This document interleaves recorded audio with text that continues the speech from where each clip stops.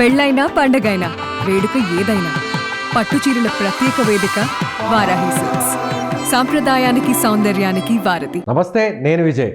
మహారాష్ట్ర ఎన్నికల ఫలితాల్లో ఎన్డీఏ కూటమి తిరిగి రెండోసారి అధికారం నిలబెట్టుకుంది. భారీ మెజారిటీతో విజయం వైపుగా దూసుకుపోతుంది. ముఖ్యంగా పవన్ కళ్యాణ్ డిప్యూటీ సీఎం ఏపీకి సంబంధించిన, అదేవిధంగా జనసేన పార్టీ అధినేత పవన్ కళ్యాణ్ అక్కడ 2 రోజుల పాటు సుడిగాలి పర్యటన చేశారు. సో ముఖ్యంగా ఈ విజయానికి పవన్ కళ్యాణ్ పాత్ర ఎంతవరకు ఉపయోగపడింది, దీనిపైన విశ్లేషణ చేద్దాం. మనతో పాటు ఉన్నారు అనలిస్ట్ సుబ్రహ్మణ్యం గారు. నమస్తే సార్.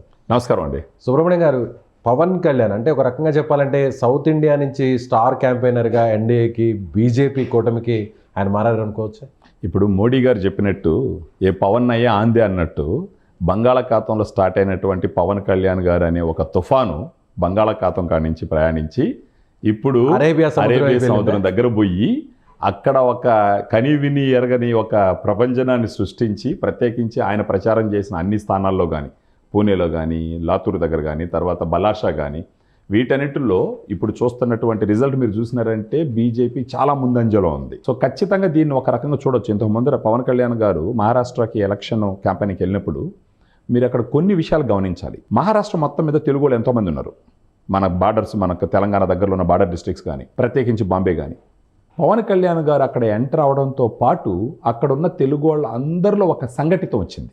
ప్రత్యేకించి ఆయన వీళ్ళు అక్కడ తెలుగులో మాట్లాడడం, మరాఠీలో మాట్లాడడం, ఆయన ఎందుకు అక్కడ వచ్చినాడని చెప్పడం, అంటే కేవలం ఓట్లు అడగడమే నా ఉద్దేశం కాదు అనేసి ఆయన చెప్పడం ద్వారా కేవలం ఓట్ల కోసం వచ్చినాడు అన్న పాయింట్ని పక్కన పెడుతూ అక్కడ తెలుగు వాళ్ళందరినీ సంఘటితం చేస్తూ ఆయనకి మనసులో ఉన్నటువంటి ఆలోచనలన్నీ వాళ్ళకి చెప్పి, అంటే మీ అందరి భవిష్యత్తు బాగుండాలి, తెలుగు వాళ్ళు బాగుండాలి ఫస్ట్, తర్వాత భారతదేశంలో ఉన్న వాళ్ళందరూ బాగుండాలని ఆయన మాట్లాడిన విధానం.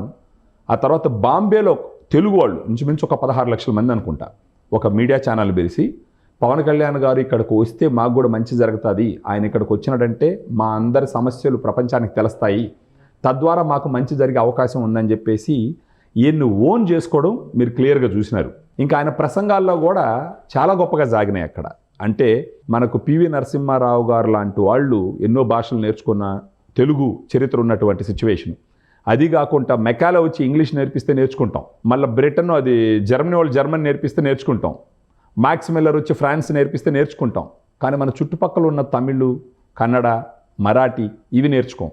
ఇవన్నీ నేర్చుకోవాలని చెప్పేసి ఆ భాషలకు సంబంధించిన ప్రజలను కూడా ఐక్యం చేసుకోవడం, మన తెలుగు వాళ్ళకి కల్చర్ గురించి, ప్రత్యేకించి తెలంగాణ కల్చర్ గురించి అక్కడ ఉన్న వాళ్ళతో మాట్లాడడం, ఆయన బండి వెనక బండి కట్టి 16 బండ్లు ఏ బండిలో పోతివి అని చెప్పేసి ఆ పాట పాడడం. ఆ తర్వాత నేను ఇక్కడ వచ్చింది కేవలం మిమ్మల్ని ఓట్లు అడగడానికే కాదు, ఇప్పుడు ఉన్న ఎన్డీఏ ప్రభుత్వం చేస్తున్నటువంటి మంచిని గమనించండి. సనాతన ధర్మ విషయం కూడా ఆయన ప్రస్తావించారు. కరెక్ట్. సనాతన ధర్మం గురించి మాట్లాడుతూ ఛత్రపతి శివాజీ గారిని ఓ రేంజ్లో పొగడం జరిగింది. ఛత్రపతి శివాజీ గారు గొప్ప హిందూ నాయకుడు. అఫ్ కోర్స్ ఛత్రపతి శివాజీ గారి ఫోటోలతో పోలిన ఫోటోలను కూడా, ఇమేజ్ కూడా పవన్ కళ్యాణ్ గారు పెట్టి అక్కడ వైరల్ చేశారు. నేను కూడా ఒక వీడియోలో అన్నాను సార్, ఏంటంటే ఈ శతాబ్దపు ఛత్రపతి పవన్ కళ్యాణ్ గారిని చెప్పడానికి ఆలోచించాల్సిన అవసరమే లేదు సార్. వాస్తవంగా మనం ఆంధ్రప్రదేశ్లో కానీ, భారతదేశంలో కానీ మనం ఏమనుకుంటారంటే హిందువులు మెజారిటీ అనుకుంటాం. మనం హిందువులు మెజారిటీ అనుకొని మనం అక్కడ సెటిల్ అయిపోయినాం. కానీ పవన్ కళ్యాణ్ గారు చూపి మీరు చూసినారంటే గ్లోబల్గా హిందువులు మైనారిటీ అని చెప్పి మాట్లాడడం మొదలుపెట్టిన ఫస్ట్ వ్యక్తి పవన్ కళ్యాణ్ గారు. ఓకే, ప్రపంచం మొత్తం మీద హిందువులు మైనారిటీ అంటే ప్రపంచ జనాభాలో మన హిందువులకు సంబంధించి చూస్తే ఆ జనాభా శాతం మైనారిటీలో ఉంది కాబట్టి మైనారిటీ అంటే మనం ఇప్పుడు దాకా మనం ఓన్లీ మన హిందూ మహాసముద్రం, హిమాలయ పర్వతాలకి ఈ 2 పరిధుల్లో ఆలోచించి మనం మెజారిటీ అని ఫీల్ అవుతున్నాము.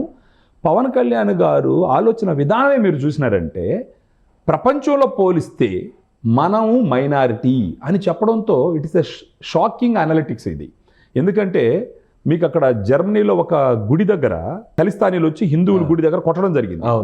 ఆ ఇన్సిడెంట్ చూసిన తర్వాత పవన్ కళ్యాణ్ గారు ఏమన్నారంటే ప్రపంచం మొత్తం మీద హిందువులు మైనారిటీగా ఉన్నాము అని చెప్పడంలో ఒక్కసారిగా హిందువులందరినీ ఒక ఆలోచనలోకి తోసేయడం జరిగింది. అదేవిధంగా పాకిస్తాను, బంగ్లాదేశ్లో కూడా హిందూ మహిళల మీద దాడులు జరుగుతున్నాయి. హిందూ మహిళల మీద దాడులు, తర్వాత ఒక కుర్రాడు పాడిన పాట, ఒక చిన్న కుర్రాడు నా పక్కింటాడు ఇండియా వెళ్ళిపోతున్నాడు ఇంకా రాడు అని వాళ్ళు పడుతున్న కష్టాలు ఎక్స్ప్రెస్ చేసిన విధానం, వీటన్నిటిని టచ్ చేస్తూ, తర్వాత అది కాకుండా ఇక్కడ బంగ్లాదేశ్లో జరుగుతున్నటువంటి అట్రాసిటీస్, వీటన్నిటిని టచ్ చేస్తూ హిందువుల్ని కాపాడడానికి వచ్చిన ఈ శతాబ్దపు ఛత్రపతి అని చెప్పడానికి ఆలోచించాల్సిన అవసరమే లేదు సార్.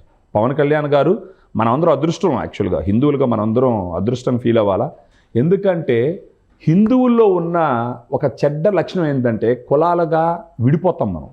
మతానికి హిందువులు అయినప్పటికీ కులాల పేర్లు చెప్పుకొని ప్రాంతాల పేర్లు చెప్పుకొని విడిపోయేటటువంటి మనస్తత్వం ఉన్న ఈ రోజుల్లో పవన్ కళ్యాణ్ గారు లాంటి ఒక యూనివర్సల్ థింకింగ్ ఉన్న నాయకుడు, గ్లోబల్గా థింక్ చేసే నాయకుడు, బ్రాడ్గా థింక్ చేసే నాయకుడు వచ్చి ప్రపంచం మొత్తం మీద మన మైనారిటీ అయిపోయినామని చెప్తూ మహారాష్ట్రలో ఆయన చెప్పినటువంటి కొన్ని ఉదాహరణలు, ఛత్రపతి శివాజీ గారు కట్టినటువంటి కోటలు దాటుకొని ఇంతకు ముందర మొఘలులు వచ్చి మన భారతదేశంలో ప్రత్యేకించి దక్షిణ భారతదేశంలో ఉన్నటువంటి హిందూ సంపద లాంటి గుడుల్ని నాశనం చేయకుండా ఉండడానికి గల రీజన్ వచ్చేసి ఛత్రపతి శివాజీ గారు చేసినటువంటి సేవలని చెప్పేసి చెప్పడం ద్వారా మరొకసారి హిందూ ధర్మాన్ని కాపాడుకోవాల్సిన అవసరం గురించి కూడా మాట్లాడడం జరిగింది. దానికి ఇప్పుడు అక్కడ ప్రజలు కూడా పట్టం కట్టినారు.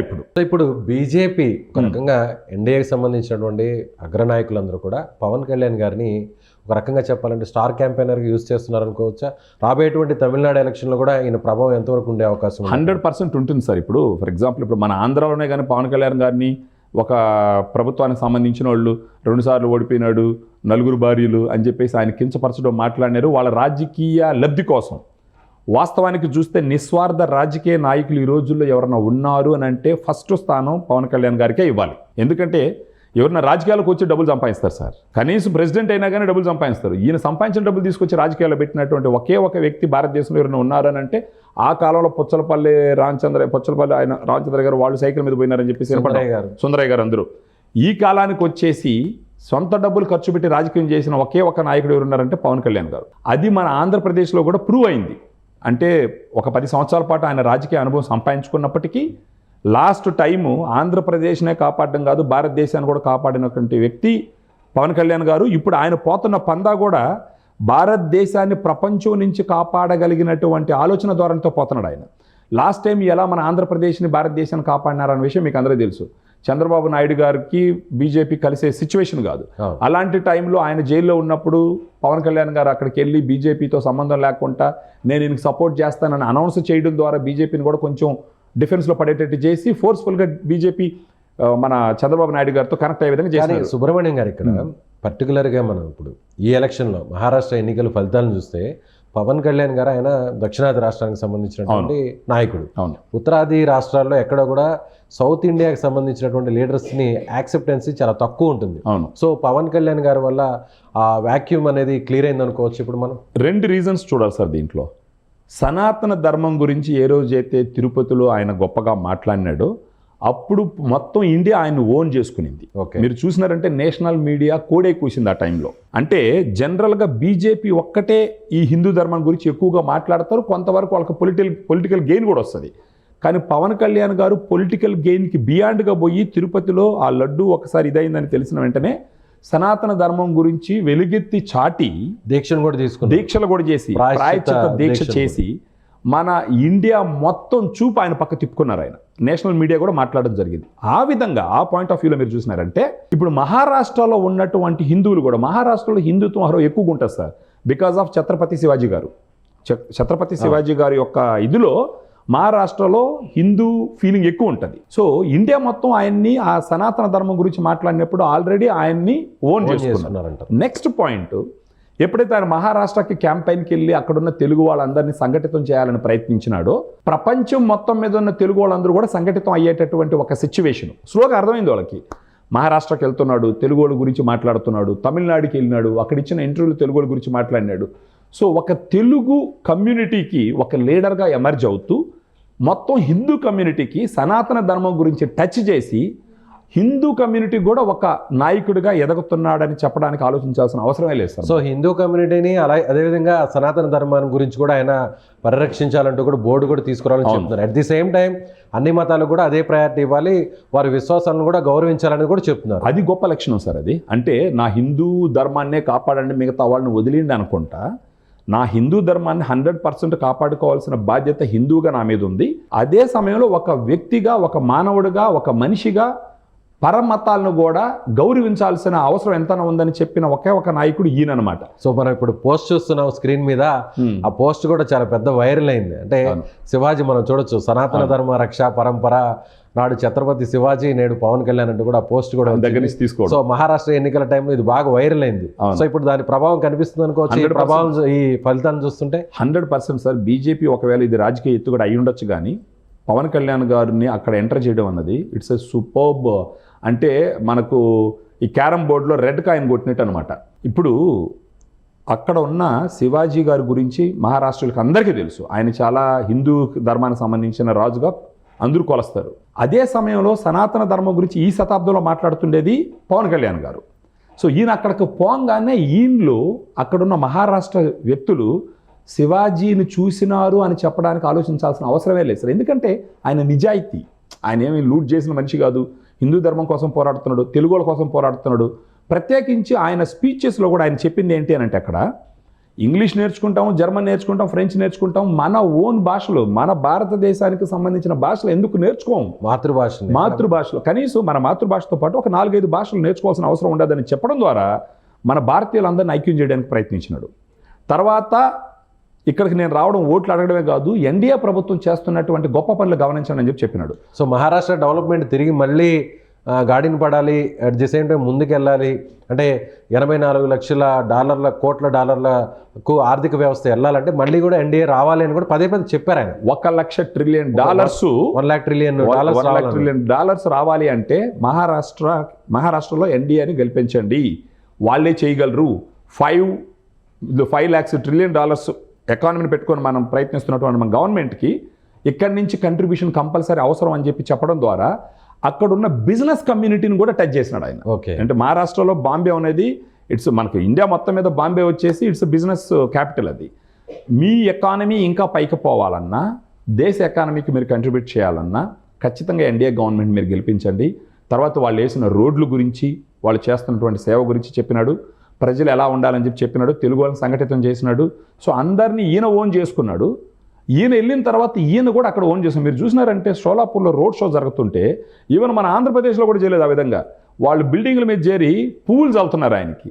సో ఆ విధంగా పవన్ కళ్యాణ్ గారు తెలుగువారే కాకుండా మరాఠీలు కూడా ఆయనకి స్వాగతం పలికారు. అవును, ఆయన మరాఠీలో కూడా మాట్లాడాడు. ఆయన పిల్లలు మదర్ టంగ్ కూడా మరాఠీయే కదా సార్. ఇప్పుడు వాళ్ళిద్దరు పిల్లలు వాళ్ళ రేణుదేశాయ్ గారు మరాఠీనే కదా.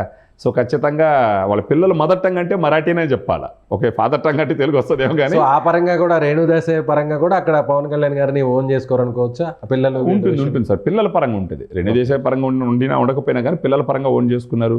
ఆయన మాట్లాడడం అక్కడ వాళ్ళందరినీ ఉత్తేజపరచడం అంటే స్వార్థ రాజకీయ ప్రసంగం అంత ఎక్కువగా పవన్ కళ్యాణ్ గారిలో ఉండదు సార్. ఈయన ఎందుకు ఓట్లు వేయాలో కూడా ఎక్స్ప్లెయిన్ చేసినటువంటి ఒక వ్యక్తి అనమాట. సో ఎన్డీఏ కూటమిలో సెకండ్ జనరేషన్కి సంబంధించినటువంటి ఒక బలమైనటువంటి మిత్రపక్షానికి సంబంధించిన బలమైన చరిష్మా కలిగినటువంటి నాయకుడిగా పవన్ కళ్యాణ్ మారబోతున్నారు అనుకోవచ్చు. బీజేపీ ఫ్యూచరు పవన్ కళ్యాణ్ గారి చేతుల్లో ఉండదని కూడా చెప్పొచ్చు. కొంచెం అతిశయోక్తిగా ఉంటుంది. బట్ బీజేపీ భవిష్యత్తు కూడా పవన్ కళ్యాణ్ గారి చేతుల్లోకి వస్తుందని చెప్పడానికి ఆలోచించాల్సిన అవసరం లేదు. ఫర్ వన్ రీజన్ సార్, ఎందుకంటే హిందూ ధర్మాన్ని రక్షించే మార్గంలో ఈయన వెళ్తున్నాడు. బీజేపీ బేసిక్ ఐడియాలజీ అది. ఇప్పుడు బీజేపీలో ఉన్నటువంటి నాయకత్వం మీరు చూసినారంటే మోడీ గారు వయసు, తర్వాత నితిన్ గడ్కరీ గారు, అమిత్ షా గారు, ఒక యంగ్ ఇలాంటి స్టామినా, ఇలాంటి ఒక ఫ్యాన్ బేస్ ఉన్నటువంటి వేరే నాయకుడు ఎక్కడా లేరు. బహుశా భవిష్యత్తులో నాకు ఇప్పుడు వస్తుంది థాట్, గోయింగ్ ఫార్వర్డ్ జనసేనని బీజేపీలో కలిపేసి బీజేపీకే మీరు అధ్యక్షుడు అవ్వండి అని చెప్పినా చెప్పచ్చు వాళ్ళు. మరి ఊహాగానాలు ఎంతవరకు నిజమవుతాయో మరి కాలమే చెప్పాలి. మీరు చెప్తున్నాడుగా మరి చూద్దాం. సో థ్యాంక్ యూ సుబ్రహ్మణ్యం గారు. సో సుబ్రహ్మణ్యం గారు చెప్తున్న దాని ప్రకారం రాబోయేటువంటి రోజుల్లో బీజేపీకి, ముఖ్యంగా ఎన్డీఏ కూటమికి సెకండ్ జనరేషన్లో ఒక బలమైనటువంటి లీడర్గా పవన్ కళ్యాణ్ జాతీయ స్థాయిలో ఉపయోగపడతారు. మరొకవైపు తమిళనాడు ఎన్నికల్లో కూడా పవన్ కళ్యాణ్ సేవల్ని ఉపయోగించుకునేటువంటి అవకాశం. ముఖ్యంగా మహారాష్ట్ర ప్రజలు పవన్ కళ్యాణ్ని ఓన్ చేసుకున్నారు. అభినవ శివాజీగా వారందరూ కూడా స్వాగతించారు. కాబట్టి ఇలాంటి ఫలితాలు వస్తున్నాయని అంటున్నారు. Thank you so much. Suman టీవీలో మీ పర్సనల్ అండ్ బిజినెస్ ప్రమోషన్స్ కోసం కింది నెంబర్కి కాంటాక్ట్ చేయండి.